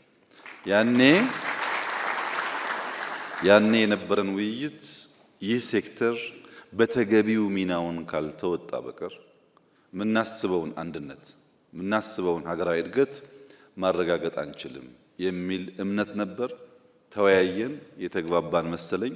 ከዚያ በኋላ መደመር ሲወጣ በተለይ ገጽ 154 አካባቢ የእሴትን ግንባታ ለመደመርም ለመበልጸግም ያለው ሚና በግልጽ አሳይቷል። በእኛ በስልጠና ዶክመንቶቻችን፣ በውይይቶቻችን እናንተ የማታውቋቸው በሙሉ የአርት ጉዳይ ይነሳል፣ እንወያይበታለን። በዲዛይናችን፣ በስራችን ያ ካልተሰራ በቀር የምናስበው ጉዳይ አይከወንም፣ አይሳካም ብለን ስለምናምን ከመደመር በኋላ ስራዎች ጀምረን ሁኔታውን ካየን በኋላ ግን የመደመር ትውልድ ላይ ኤስቴቲክን ቫልዩ የማያደርግ ተፈጥሮን ማድነቅ ውበትን ማድነቅ የማይችል ትውልድ የምንገነባ ከሆነ የሰራነውም ይፈርሳል፣ አስፓየር የምናደርገውንም ማሳካት አንችልም። ስለዚህም ጥበብ እንደ ባህል ኢንዱስትሪ መታየት አለበት ብሎ ከገጽ 156 እስከ 76 ከ20 ገጽ በላይ የሚያወራው ስለ አርት ነው። ለእናንተ እኮ አይደለም፣ አፒዝመንት አይደለም። እሱ ካልተያዘ የምንለው ጉዳይ ስለማይሳካ ነው። ጄኔሬሽኑ እንደዛ መሆን አለበት። ተፈጥሮን የሚያደንቅ የሚገነዘብ መሆን አለበት። ሙዚቃ ቅድም አንድ ወንድሜ እንዳለው ስሜት የመቀስቀስ አቅም አለው። ግን ኢሞሽንን ብቻ አይደለም ፊድ የሚያደርገው። ራሳችን እንድንመለከት፣ ያለፈውን እንድናይ፣ መጻኢ ተስፋችንን እንድንሰንቅ የሚያስተምር ነገርም አለው። ዳንስ ብቻ አይደለም ሙዚቃ። እነዚያን ጉዳዮች ኢምብሬስ ማድረግ አለብን ብለን በጽሁፍ ካስቀመጥን፣ በስልጠና አመራሮቻችንን ካሰለጠን በኋላ የጀመርነው ጉዳይ ከዚህ ቀደም በተለያየ ዘመን የተሰሩ ለዚህ ዓላማ የሚውሉ ተቋማት እና ቤቶች፣ አዳራሾች ማደስ ነው። አዲስ አበባ ላይ እንግዲህ ያሉ ሲኒማ ቤቶች ከሞላ ጎደል ያልተነካካ የለም። በማንም ዘመን ይሰራ የኢትዮጵያ ሀብት አምሮ ጸድቶ መሸጋገር አለበት ብለን እናስባለን። አሮጌውን ስንሰራ በቂ አልነበረም። ለምሳሌ ሜጋ አንፊ ቲያትርን ብንወስድ እዛ አካባቢ ያለውን ነገር በአብዛኛው አፍርሰናል። ግን ሜጋን አላፈረስንም ብቻ ሳይሆን ዘሆል ከባቢውን በሚቀይር መንገድ ነው የሰራነው። አዳራሹን ብቻ አትመልከቱ። ከባቢው ላይ የወጣው ኢንቨስትመንት ብዙ ነው። ያ ከባቢ ሲያምር ነው ቦታው ፈላጊ የሚኖረው። አሁን ታሪክን ቫልዩ ባናደርግ ሰይጣን ቤትን አፍርሶ ጂ+10 መገንባት ብዙ ሲኒማ ቤት መገንባት ይቻላል እኮ።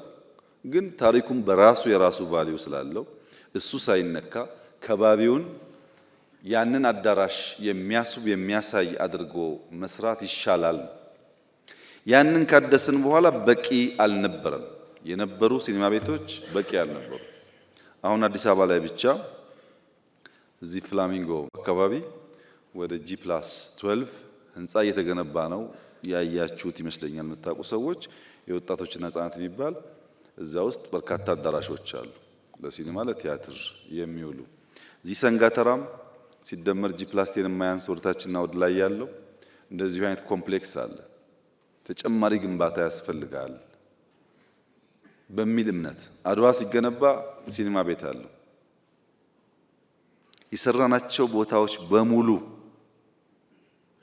አንፊ ቲያትር የሌለው አርትን ኢምብሬስ የማያደርግ ስዕል የማይታይበት ቦታ የለም።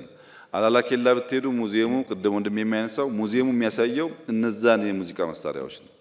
ጨበራ ብትሄዱ ኤቭሪዌር ሙዚየሞች አሉ። ጎብኚው በተወሰነ ደረጃ የከባቢውን ትራዲሽናል ኢንስትሩመንትስ የሚያይበት የሚያቅበት የሚለማመድበትን መንገድ የሚያሳይ ነው። በነካነው ሁሉ ውስጥ እንደዛ ካደረግን በኋላ ፕራይቬት ሴክተርም ቢሆን ተሞክሯል። ቅድም እህቴ እንዳነሳችው ቤተ ጊዮርጊስ ሙዚየም እና ጋለሪ፣ የዞማ እንዲሁም ኢትዮ ሰርከስ በፕራይቬት ደረጃ እንጦጦ ውስጥ እየገነቡ ነው። አጋጣሚ ሶስቱም ሴቶች ናቸው። በጣም ብርቱ ሴቶች ናቸው። የነሱ ስራ ሲወጣ ከነሱ ደግሞ አለፍ ሲባል የአዲስ አበባ ዩኒቨርሲቲ አርት አካዳሚ ግንባታውን ገንብተን ነው የሰጠነው። ያንን ቦታ ለአርት ማሳያ እንዲሆን በፒኤምኦ ተገንብቶ ነው የተሰጣቸው ለዩኒቨርሲቲው። እነዚህ ቦታዎች እንጦጦን ጨምሮ የተዋቡ አሁን ኮሪደሩ ሲመጣ ደንበኛ የፊልም ከባቢ መሆን ይችላል እና ከግንባታ አንጻር ከአዲስ አበባ ውጪ በሰራናቸው ስራዎች አዲስ አበባ በተሰሩ ስራዎች አርትን በንግግርና በጽሁፍ ብቻ ሳይሆን በተግባርም ቸል ያል አይመስለኝም። በቂ ነው ወይ ያላችሁ እንደሆነ አይበቃም። ከሀገር እድገት እና የመንቃት ደረጃ ጋር እየጎለበተ ይሄዳል። የተሰሩ ስራዎች ለእናንተም የተሰሩ ስለሆነ በጽሁፍ በእድሳት ብቻ ግን አይደለም። በትምህርት ስርዓት ቅድም እንዳላችሁት ከአንደኛ እስከ 12ኛ ክፍል ድረስ አርት በካሪክለም እንዲካተት ተደርጓል። ከዚያ ውጪ በገነባናቸው ከ30 ሺህ በላይ መዋዕለ ሕፃናት መሰረታዊ የሚባለው ትምህርት አርት ነው፣ መሳል ነው። በስዕል የመጻፍ አቅማቸውን፣ ሀሳባቸውን የመግለጥ ልምምዳቸውን፣ ከሰው ጋር የመስራት ባህላቸውን እንዲያገሉ ነው። ካሪክለሙም አሰራሩም እሱ ነው። የሚቀር ማቴሪያል እንደተባለው የመምህራን ብቃት ጉዳይ ይነሳ ይችላል። ግን ፋውንዴሽናል የሚሰራው ስራ ልጆች ከመነሻው ከታች ጀምረው አርትን ተገንዝበው ወደው እንዲያድጉ ለማድረግ ነው። በትምህርት ቤት እስከ ሃይ ስኩል ባለው ብቻ ግን አይደለም። በ10 ዩኒቨርሲቲዎች አርት ይሰጣል። መምህራን እዛ ውስጥ ነው የሚፈጠሩት። ከዚህ ቀደም በነበረው ሁኔታ እንደምታውቀው በአንድ ጊዜ ሁሉም ጋር ካሪክለም ስለሚሰራ በዚያ ልክ መምህር ማግኘት አይቻልም፣ ጊዜ ይፈልጋል። አሁን ግን 10 ዩኒቨርሲቲዎች ያስተምራሉ። ከዛ ያወጡ ሰዎች ደግሞ ያን አቅም እየገነቡ ይሄዳሉ። አዲስ አበባ ዩኒቨርሲቲ በዶክትሬት ደረጃ ጀምሯል። ይህ የዛ ኮንቲኒቲ ነው። የዛ ከታች ጀምሮ የመጣው ሰው እንዳይገደብ በአርት አድጋለሁ ካለ ገደብ እንዳይኖርበት ለማድረግ ነው። ወደፊትም አቅም በፈቀደ መጠን ያ ጉዳይ እየተስፋፋ ይሄዳል። ስልጠና የተባለውም ትናንት ከትናንትና ወዲያ የመጀመሪያው ዙር ተመርቀዋል። ከውጭ ሙያተኞች አምጥተን በአርቲፊሻል ኢንተለጀንስ እንዴት ፊልም ሊሰራ እንደሚችል ሰልጥነው አንዳንዶቹን ሳምፕሎችን የማይቻቸዋለሁ ትናንት ተመርቀዋል። ሁለተኛ፣ ሶስተኛ፣ አራተኛ ዙር ስልጠናዎች አሉ። የሚመቻችሁ የተሳተፉበት እንዴት ኤአይን ተጠቅማችሁ ፊልም መስራት እንደምትችሉ ብዙ ጊዜ የኢሜጅ ችግር ስላለ ለምሳሌ ስለ ንግስት ሳባ የሚሰራ ሰው ንግስት ሳባ አሁን የለችም፣ ወደ ኋላ ተመልሶ ያን ነገር መፍጠር የሚችልበትን መንገድ ያግዛል እና ስልጠና የተሰጠ ነው። ከውጭ አምጥተን እያሰለጠንን ያለ ነው። ሁላችሁ ጋር ያልደረሰ ሊሆን ይችላል። በኢትዮጵያ ታሪክ ለመጀመሪያ ጊዜ የመንግስት ተቋማት ፊልም ስራዎቻቸውን ለማሳየት የሞከሩት አሁን ነው። ድሮ መከላከያ ታንክ ፍለጋ፣ ሄሊኮፕተር ፍለጋ ጥቂት ዘመድ ያላችሁና ሰው የምታውቁ ሰዎች የ5 ደቂቃ ሲን ወስዳችሁ ሊሆን ይችላል። መከላከያ ግን አጠቃላይ ኢንዱስትሪውን የሚገልጥ አየር ኃይል የሚገልጥ ስራ አሰርቶ አያውቅም። አርቲፊሻል ኢንተለጀንስ፣ ኢንሳ፣ ኒስ ማን የቀረው? ሰርታችኋል እኮ እናንተ ናችሁ። እነዛ ቴክኖሎጂዎች እንዲወጡ ሰው እንዲያያቸው የሚያደርግ ስራ ግሪን ሌጋሲ ላይ በሁሉም ስራዎቻችን ፊልም ለመጠቀም ሙከራ ይደረጋል። በቂ ነው ወይ? አይደለም። እና በእኛ በኩል እንደዚህ አይነት ሙከራዎች ነበሩ። በምንሰራቸው ስራዎች፣ በምንጽፋቸው ጽሁፎች፣ በስልጠናዎቻችን በተቻለ መጠን አርቱን ማሳደግ የሚችል ስራ ለመስራት ሙከራዎች ነበሩ። በእናንተ በኩል እናንተ ፈትሹት። የሃይማኖት ጉዳይ ሲነሳ፣ የብሔር ጉዳይ ሲነሳ ነገር የሚያጫጩሁ እንዳሉ እናውቃለን። ስለማናውቅ አይደለም። ድሮ እንደሚደረገው መዝጋት ስለማንችልም አይደለም። ግን አርት ነው። እነሱ አርቱን ስላላከበሩት እኛም መልሰን እነሱን ባለማክበር አርቱን ማራከስ የለብንም በሚል ነው የታለፈው እንጂ ከኛ ምንዳ እየተጋራ መልሶ ደግሞ የሚሰራ ሰው እንዳለ ስለማናውቅ አይደለም። እና አርት ብሶት ብቻ ሳይሆን ቁጭት የሆነ ነገር ነበረ። ግን ብሶቱን ብናወራ አርት አይሆንም። አሁን የሚያስፈልገን ቁጭት ነው። ለምንድን ነው ኢትዮጵያ ለማኝ የሆነችው?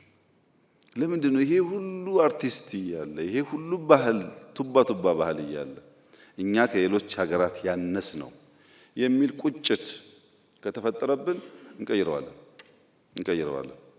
ችግር ብቻ ለምዶብን የምንናገረው ችግር ብቻ ከሆነ ሰው ተስፋን ኬት ያመጣል? አንዳንዶቻችሁ ዘመናችሁን በሙሉ በጣም በሚያሳዝን መንገድ ያገለገላችሁ የደከማችሁ፣ አሁን በመጨረሻ በጡረታ ዘመናችሁ ምናልባት ማረፊያ የሌላችሁ ልትሆኑ ትችላላችሁ። አሉ ረጅም ዓመት ያገለገሉ ሰዎች አሉ። ብዙ ከልክ ያለፉ ጉዳዮች ደግሞ አሉ። እሱን ሚስተር ኤክስ አላደረከው ይሆናል። የማህበረሰቡ አባል እስካደረገው ድረስ ግን የአርቱ ፋሚሊ መባሉ አይቀርም ማለት ነው። ማየት ወደ ውስጥ ማየት የሚገቡን ጉዳዮች አሉ። የኢትዮጵያ ፖለቲካ በጣም ሴንሲቲቭ ነው። እሱን ተውት። ማህበራዊ ጉዳይ ግን እኮ አለ። በማህበራዊ ጉዳይ አብዛኛው የፖለቲካ ልዩነት ያላቸው ግሩፖች ብሔርም ይሁን ሌላ ግሩፕ በማህበራዊ ጉዳይ የተሳሰረ ነው። ዘር ለምሳሌ በፖለቲካ ስታዩትና በማህበራዊ አንድ አይደለም። አንድ ቀበሌ ሄዳችሁ እድር ብታዩ እቁብ ብታዩ ብዙ ጊዜ ዘር አይጠየቅም። እድርና እቁብ ላይ ጉርብትና ነው የሚታየው። እና ፖለቲካው ሴንሲቲቭን ትተን ማህበራዊ ጉዳዮች ላይ ለምሳሌ ጥላሁን ስለቀጠሮ አስደማሚ ነገር ተናግሯል። የሚዘነጋ ነገር አይደለም። አሊ ብራ ስለ ትምህርት የሚደንቅ ነገር ተናግሯል። መቼም አሊ የለም ጥላሁን የለም። እነዚህ ጉዳዮች ግን ይኖራሉ።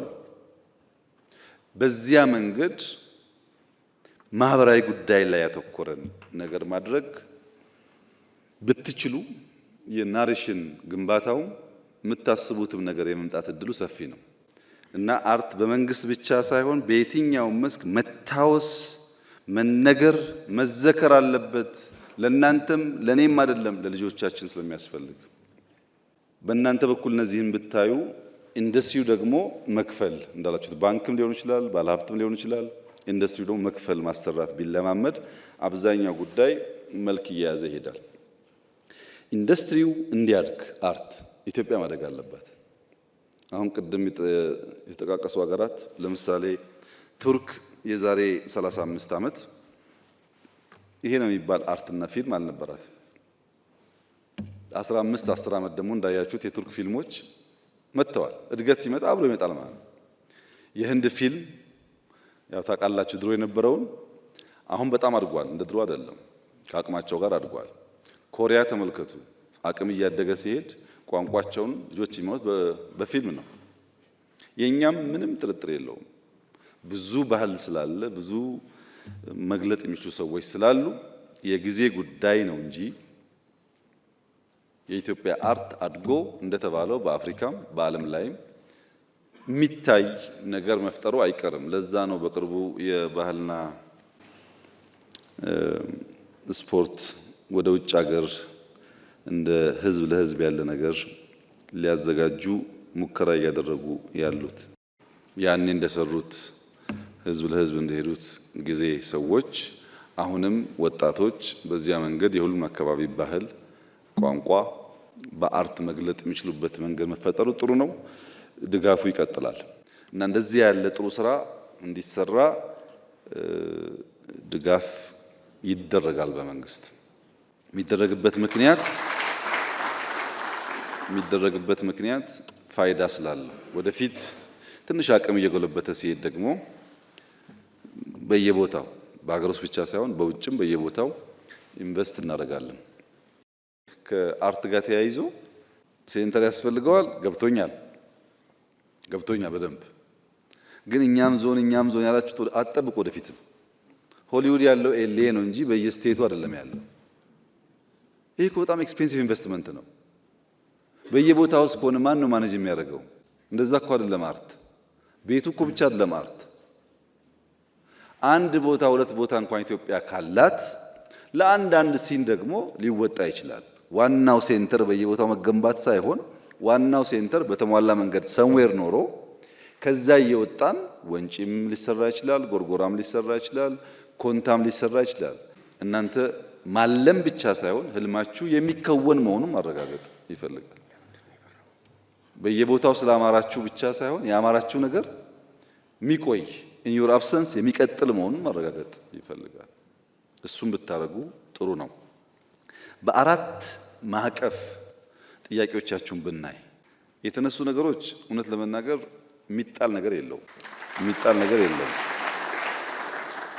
ብዙ ፋይዳ ያለው ነገር ነው ያነሳችሁት። ግን አንዳንዱ ዛሬ የሚሰራ አንዳንዱ የዛሬ ዓመት አንዳንዱ በሚቀጥለው ትውልድ ሊሆን ይችላል። በኮንሰፕት ደረጃ ትክክል ቢሆንም እኔ ብንሰራበት ብዬ የማስበው አንደኛው አመለካከት ላይ ነው። አመለካከት ላይ አርት መዝናኛ ብቻ አይደለም፣ ግብ ያለው ተልዕኮ ያለው ለሆነ ፐርፐዝ የሚሰራ ነው። አርት መሸጋገሪያ ድልድይ ብቻ አይደለም፣ መኪና እስክናገኝ ቤት እስክንገዛ ብቻ አይደለም። አርት አብሮን የሚሞት ነገር ነው። አርት የመጤ ባህል የሚከላከል ብቻ ሳይሆን የተደበቁ የእኛን ምርጥ ባህሎች የሚያወጣ ነው። እንደተባለው ነው። መጤ ባህሎች በብዙ መንገድ ነው እየወረሩ ነው ያሉት፣ በብዙ መንገድ። እነዚያን መጤ ባህሎች ለመከላከል የተከበረ ኢንዱስትሪ እንዲሆን ማድረግ ያለብን ነገር የአመለካከት ለውጥ ማምጣት ነው። በእናንተ በኩል አርት ማለት አነጋጋሪ መሆን፣ አወዛጋቢ መሆን ማለት አይደለም። በሆነ አጀንዳ ላይ የወጣችሁ አነጋጋሪ በመሆን ፌመስ በመሆን አርቲስት የሚለውን ካባ እየጣላችሁ ከሆነ አብሮ አይሄድም። የተለያየ ነገር ነው። አወዛጋቢነትና አርቲስት የተለያየ ነገር። ብዙ ሰው አወዛጋቢ በመሆን ጥበብ ብሶትን የምትገልጥበትን ምስጢራዊ ቋንቋ የሚያጠፋ ማለት ነው። አርቲስት ቋንቋ አለው የሚኮረኩር፣ ካስፈለገ የሚያስቅ፣ ካስፈለገ የሚያስለቅስ። ያን ቋንቋ ጥሎ በማንኛውም መደዴ ቋንቋ ከተጠቀመ እሱ አርቲስት አይደለም። አነጋጋሪ ለመሆን አክቲቪዝም እና አርቲስት መቀላቀል የተለያዩ ጉዳዮች ናቸው። በጣም አንድ አርቲስት አክቲቪስት መሆን ካማረው የአርቲስትነት ካባና ክብር እየወደቀ መሆኑን ማወቅ አለበት። አርቲስትና አክቲቪስት ልክ እንደ ድመትና እንደ አንበሳ ናቸው። ድመትና አንበሳ አንድ አይደሉም። በአማርኛ ዘይቤያዊ አነጋገር ግን ድመት እንደ አንበሳ ልትባል ትችላለች። እንደ ካለ ዘይቤ ነው። እንደ አንበሳ መሆን ያማራት ድመት ግን አይጥ የማደን አምሮቷን አሽቀንጥራ መጣል አለባት። እንደ አንበሳ መሆን እያማራት አይጥ እያደነች አይሆንም። አንበሳ አይጥ አያደንም። ልቧ እንደ አንበሳ ይፈልጋል፣ ውሎዋ ግን አይጥ ሰፈር ከሆነ ተለያዩ ማለት ነው። አርቲስት ይገርማቸዋል። በጣም ምርጥ አርቲስቶች ሳይቸግራቸው ይነካኩና መመለስ ያቀታቸዋል። እዩ ቆጥራችሁ አንዴ እዛ የተነካካ አርቲስት ያ የምታደንቁት የምትወዱት ሰው የለም፣ አሁን የለም። ምክንያቱም ያ ነገር ያበላሻል። ለምሳሌ ሐዲስ ዓለማየሁን ውሰድ። መቼም ፍቅር እስከ መቃብርን የሚያክል ደርዘ ብዙ መጽሐፍ ብዙ እንቅልፍ እንደሚከለክል፣ ብዙ ኩራዝ አይን እንደሚያስለቅስ፣ ብዙ አድካሚ እንደሆነ ለእናንተ መንገር አያስፈልግም። መጽሐፉን መከራ፣ ማሰቡን መከራ፣ ታይፕ ማድረጉን መከራ ነው በዛ ጊዜ። ግን አሁን አቶ አዲስ በየቀኑ ሰበር ዜና እያሉ አንዳንዷን ገጽ ቢጽፉ ኖሮ ፍቅር እስከ መቃብር ያኔም ማስተማሪያ አይሆንም፣ ዛሬም ፈልገን የምናገኘው አይሆንም ነበር። አክቲቪዝም ማለት የሰሞን እፍታ ማለት ነው። እናንተ በአርት በሙዚቃም ይሁን በፊልምም ይሁን በመጽሐፍም ይሁን ከትውልድ በኋላ እንኳን የሚያስተምር መቼም የእሳቸውን ስራ ዛሬ አይቶ የማይማር ሰው ያለ አይመስለኝም። ያዝናናልም ያስተምራልም። እንግዲህ ቦታችሁን መለየት ነው። እናንተ የየዕለቱን ሰበር ዜና ከፈለጋችሁ የአርት ካባ ስለወለቀ እንደ አርቲስት ዲማንድ ማድረግ አይጠበቅባችሁ። ቢኮዝ የአርቲስት ስራ እሱ አይደለም። አሉ እንደዛ የሚያሳዝኑ ሰዎች፣ በጣም ትልቅ ጥበብ ተሰጥቷቸው የሚያሳዝኑ ሰዎች አሉ። እሱን እናርመው። አመለካከት ይቀየር ስንል በአዋጅ አንቀይረው። እኛ ተቀይረን ነው የምንቀይረው። እኛ ሳንለወጥ እኛ ሳንቀየር እንዲሁ እንቀይር ብንለው ስለማይመጣ። ሁለተኛው ፖሊሲ፣ አሰራር፣ አደረጃጀት፣ በግብዓት አቅርቦት፣ የብቃት ማረጋገጫ፣ የስልጠና ተቋማት፣ ኢንቨስትመንት፣ ገቢ፣ መሰረተ ልማት ግንባታ በጣም ቁልፍ ጉዳይ ተነስቷል። እኛ እንፈትሻለን። ከእናንተም ሀሳብ ያላችሁ ሰዎች በተደራጀ መንገድ ለሚኒስትሩ ያቅርቡ።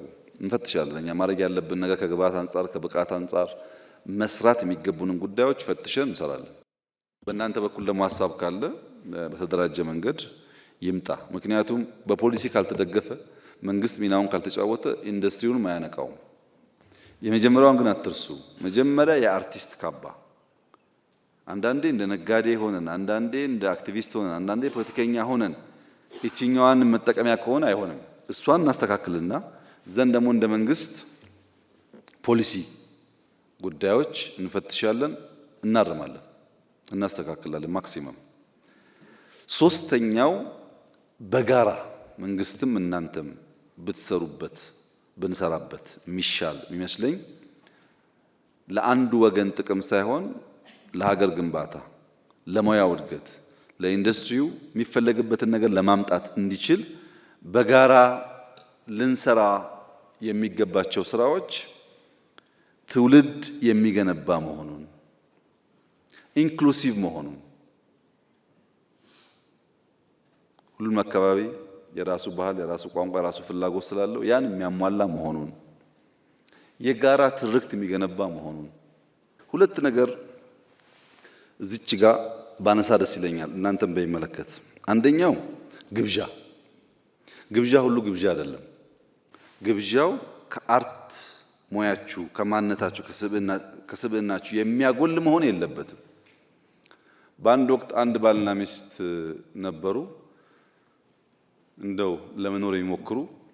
ብዙ ጊዜ እሱም ቀና ደፋ የሚለው ቤቱን ለመሙላት ነው፣ እሷም እንዲሁ። ቲቪ ያላቸው፣ ሶፋ አላቸው፣ ይሞክራሉ፣ ፍቅርም አላቸው። እና አንድ ቀን ደብዳቤ ደረሳቸው።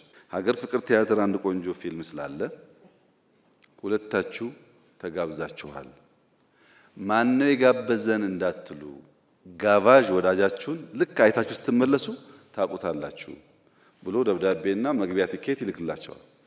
እና ባልና ሚስቶቹ ተያይዘው እሑድ ቀን ወደ ግብዣው ቦታ ይሄዳሉ። ቲያትር አይተው ተደንቀው፣ እሷም ውዴ ተሸውደናል፣ እስካሁን አልፎ አልፎ ማየት አለብን፣ በጣም ያነቃቃል፣ ኢንስፓየር ያደርጋል እና እስካሁን ተሸውደናል፣ ይሄ ወዳጃችን መመስገን አለበት እያሉ ስለ ቲያትሩም እያደነቁ ቤት ሲደርሱ በራቸው ተከፍቷል።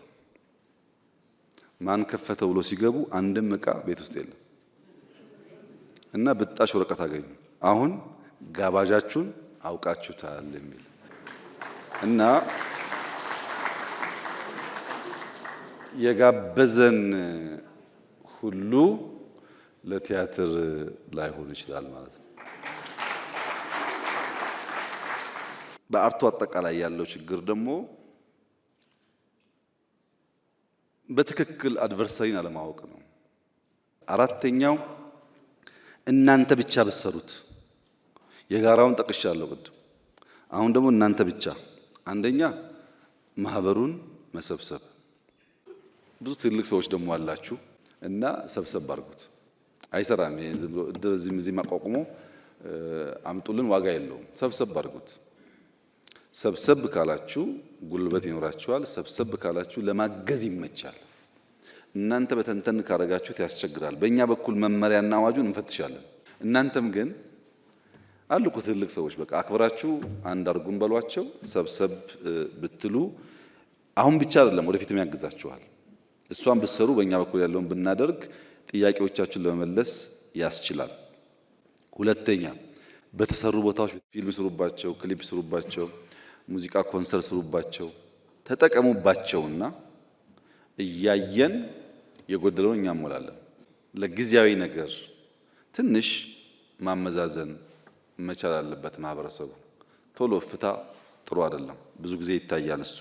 ብዙ ሰዎች አሉ የሚስባቸው። ብዙ አትሳቡ። በቃ ኢትዮጵያ የምታስፈልገው ኢትዮጵያውያን ሁሉ ወዳጆቻቸው ናቸው። ከዛ ውጭ ያለው ናሬሽን ብዙ ኢምፖርታንት አይደለም። ከግጭት ከግል ጥቅም ሰብሰብ ማለት ጥሩ ነው። በእኔ እምነት ኢትዮጵያ ተስፋ አላት። ምንም ጥርጥር የለውም። ኢትዮጵያ ትበለጽጋለች። ይሄን የምልበት ምክንያት ግምት፣ ፉከራ አይደለም። በጣም አቅሙ አላት። ኢትዮጵያ የምትበለጽገው ግን ጠንካራ ፊልም የሰራችሁ ቲያትር የሰራችሁ ሰዎች የአንድ ሰዓት ፊልም የአንድ ሰዓት ቲያትር ለማሳየት ስንት ሌሊት እንቅልፍ እንዳጣችሁ፣ እንደሰረዛችሁ፣ እንደደለዛችሁ አስታውሱ። ዝም ብሎ የሚያምር ነገር አይፈጠርም። መከራ አብሮት አለ። ያንን መከራ ለመቀበል ዝግጁ ከሆነን፣ ያንን ችግር ለመቀበል ዝግጁ ከሆነን ምንም ጥርጥር የለውም ይቀየራል። እኔ ብልጽግናን አይተው ከሚቋደሱት ከሚኖሩበት ሰዎች መካከል ላልሆን ይችላል። ነገር ግን ምንም ጥርጥር የለውም የብልጽግናን ፋውንዴሽን ጥለው ከሚያልፉ ሰዎች ግን አንዱ ነኝ። ምንም ጥርጥር የለውም። ኢትዮጵያ በ2100 በዓለም ሰባተኛዋ ኢኮኖሚ ትሆናለች። በዓለም በ2040 በ2050 ብዙዎቻችሁ ስላላችሁ ታዩታላችሁ። ያኔ ሲመጣ ወደንም ጠላንም አርት ያስፈልጋል። ምክንያቱም ገንዘቡ አለ፣ አዳራሹ አለ፣ ፌስቲቫል ያስፈልጋል፣ ከተለያየ ሀገር እየጋበዙ ማሳየት ያስፈልጋል። የግድ ነው። ሰርከሱም ሁሉም እኛ ወደ ብልጽግናው እየመጣን ነው። ያኔ ስንፈልጋችሁ ከሚዛን እንዳትጎሉ እናንተም ዝግጅት ያስፈልጋችኋል። ዝግጅቱ መሰብሰብ 10 ማህበር ምናምን ሳይሆን መሰብሰብ። ሰብሰብ ብላችሁ ብዙ ሰዎች አሉ እዚህ የተማሩም አሉ፣ ልምድ ያላቸውም አሉ፣ በጣም የተከበሩ ሰዎች አሉ እዚህ ውስጥ። ምንም ችግር የለውም። እናንተን ቢያስተባብሯችሁ ችግር የለውም። አሉ ትልቅ ሰዎች። ምንድነው ከባድ አይደለም እኮ አንድ ማህበር አደራጅታችሁ 5 ሰው መጥቶ ይሄ ሁሉ ሰው ሳይለፋ እኛንም ማስታወሱን እንጂ ይችላሉ። ወደዛ እደጉ እና ተዘጋጁ። በእኛ በኩል የቀረበውን ሊስት ወስጃቸዋለሁ። አሁን ኢንቨስትመንት የሚያስቸግረኝ ነገር አለ። እኔ ኢንቨስትመንት ስንት ሰው ነው ኢንቨስት የሚያደርገው? ከየት አመጥቶ ነው ኢንቨስት የሚያደርገው? ምናምን ጥያቄዎች ይነሱብኛል። እንደ ማህበር ያለው ጉዳይ ግን አያስቸግረኝም። ሰብሰብ ብሎ በተቋም ደረጃ የፌስቲቫል የሚመስለ ወይ ደግሞ የፊልም መስሪያ ቦታ ምናምን እሱ አይከብድም። እሱን ለማድረግ ግን ማህበሩ አንድ መሆን አለበት እንጂ በተለያየ ማህበር ከሆነ እንቸገራለን። ይሄን ታሳቢ አድርጋችሁ ሰብሰብ በሉ። በአዋጅ በፖሊሲ በምናምን ደግሞ ሲሆን እኔ ያግዛለሁ። አንድ በኢትዮጵያ ቪዥን ላይ የምትሰሩት እናመሰግናለን። ሁለት በችግር ጊዜ እኔ የኔ ጥቅምና የኔ ክብር ከኢትዮጵያ አልፍም ብላችሁ የተሳተፋችሁ ሰዎች ሁል ጊዜም ቢሆን ስንበለጽግም የእናንተ ስም በወርቅ አሻራ የተጻፈ ይሆናል። ያኔ ስንፈልጋችሁ እነዚህማ አያሸንፉም ከሚመጣው ጋር ምንስማማ ይሻላል ብላችሁ ደግሞ የከዳችሁ የሸሻችሁ ለእናንተ ደግሞ ይቅር ብለናችኋል። ቂም የለንም፣ ግን ኢትዮጵያን አትካዱ። ኢትዮጵያን ክዶ ሀብታም ከመሆን ኢትዮጵያን ክዶ ከመጣው ጋር ከመሆን ቢቀር ይሻላል። ሰላም ዋሉ።